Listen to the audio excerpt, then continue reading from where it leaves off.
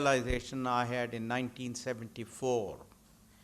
And I'm glad that in India we have it today, or in the last 5-10 years. And that is, the only way you can solve the problem of poverty in any country is through creation of jobs with good income. And the only way you can create good jobs is through the power of entrepreneurship.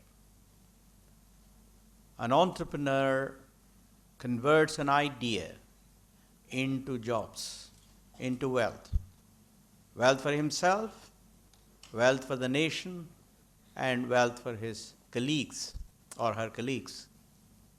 So therefore, I think congratulations on embarking on this wonderful journey. What I have found is that the sustainability of a business depends first on attracting, enabling, by that I mean training, preparing, empowering, by that I mean making sure that those people are in a position to add wealth to the organization, make the organization stronger, while making sure that their own lives are better. So as long as you try and attract good people, your organization will grow from strength to strength. Good people are people who have a strong power of mind. They are people who will observe situations, they will collect data, they will analyze, and they will question you. Therefore, you should be in a position to answer those people. Asking them to shut up and do their work will make them go away from you.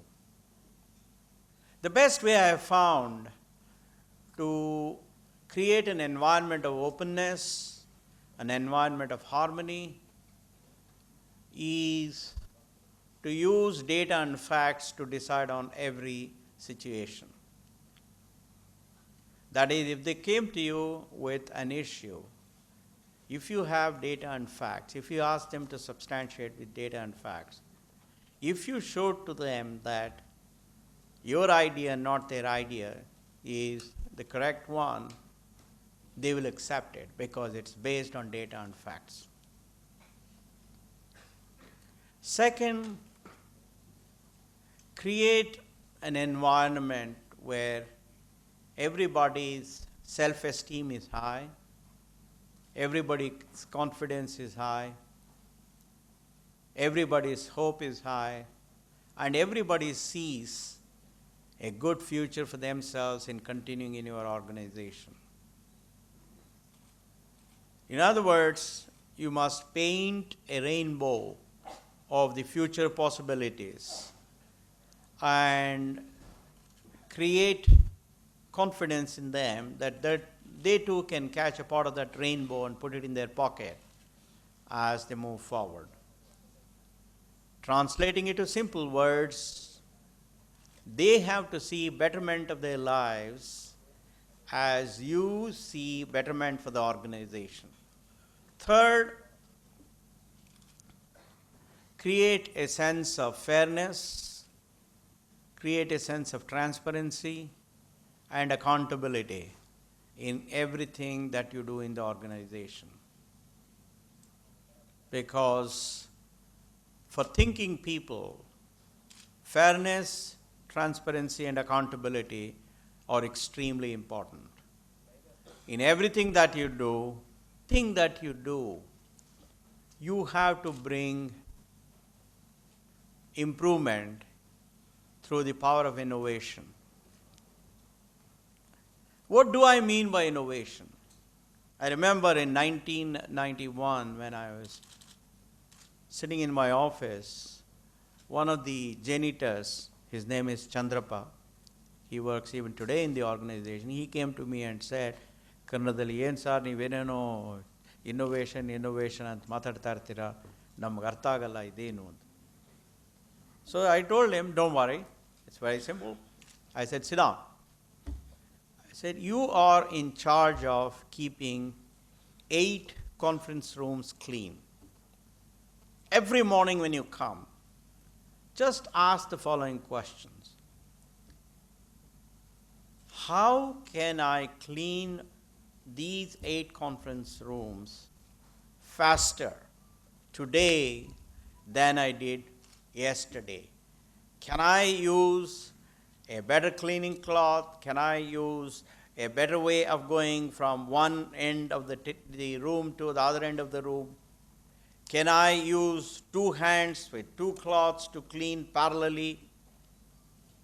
That's one.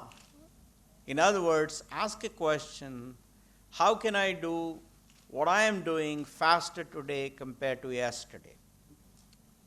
Second, I said, you have to ask a question, how can you clean these 8 conference rooms cheaper today than yesterday? I said, what that means is, in your spare time, go to the market nearby and find out whether the market has released cheaper cleaning liquids. Second, find out if you can clean with less liquid today than yesterday. That will reduce the cost of cleaning. Third, I said, you have to ask the question, how can I improve the quality of my work today compared to yesterday? That again I said, yesterday if there were 10 specs on the table, see if you can reduce it to 9 specs today and 8 specs tomorrow. And the way to do it is show lot more focus and attention on what you're doing. Second, find out why those specs remain on the table. And tomorrow, do what you can to remove those. So, friends, what I'm saying is this, that if you want sustainability of your business, if you want growth of your business, then surround yourselves with smart people and ask those people to become more and more innovative. In other words, ask them to ask these 3 following questions which I said earlier, and that is, how can I do things faster today compared to yesterday? How can I do things cheaper today than yesterday? And how can I do things with better quality today than yesterday? The moment you create a mindset where everybody in the organization is focusing on these questions, it will become better and better. Second, if you want to grow in the onslaught of all these bigger companies in your area, bigger companies in Bangalore, bigger companies in India, bigger companies coming from countries like China, etc., etc., there's only one way that you can continue to grow, you can continue to sustain, and that is by creating differentiation in the mind of the customer about your product, about your service, about how you deal with the customer. That differentiation is what will retain customers for you in spite of lots of competition. In order to create differentiation, again, you have to use innovation. That's the only instrument you have.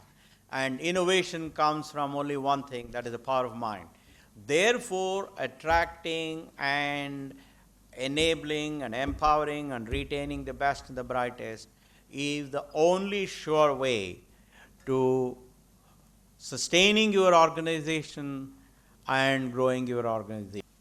As you become bigger and bigger, you have to accept the fact that some people will leave your organization. Because when you are small, it is possible for you to show personal attention to each of your colleagues. You can retain that wonderful connection with each of your colleagues. But as you grow, it will not be possible.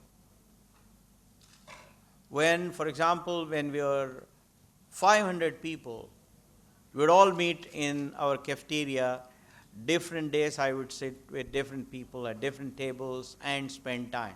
But I realized when we became 50,000 people, there was no way I could do that. First of all, they were not all in the same place. So in that case, you need to create messengers of confidence, hope, affection, bond. And once you have many messengers who carry your ideas, who carry your message to these groups, then there is a likelihood that people will bond with the spirit of the organization.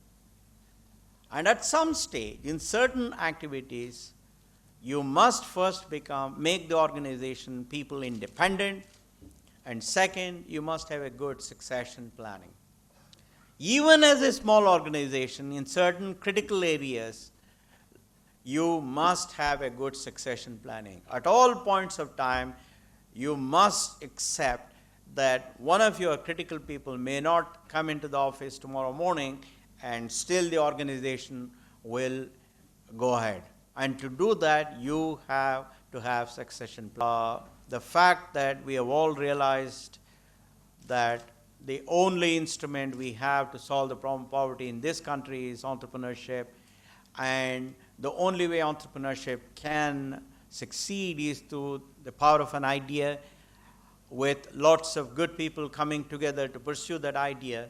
Therefore, I think that journey has to remember that differentiation and the power of high quality people is what will make your organization indeed a unique one. It will help you sustain in the face of onslaught from all kinds of companies. Thanks.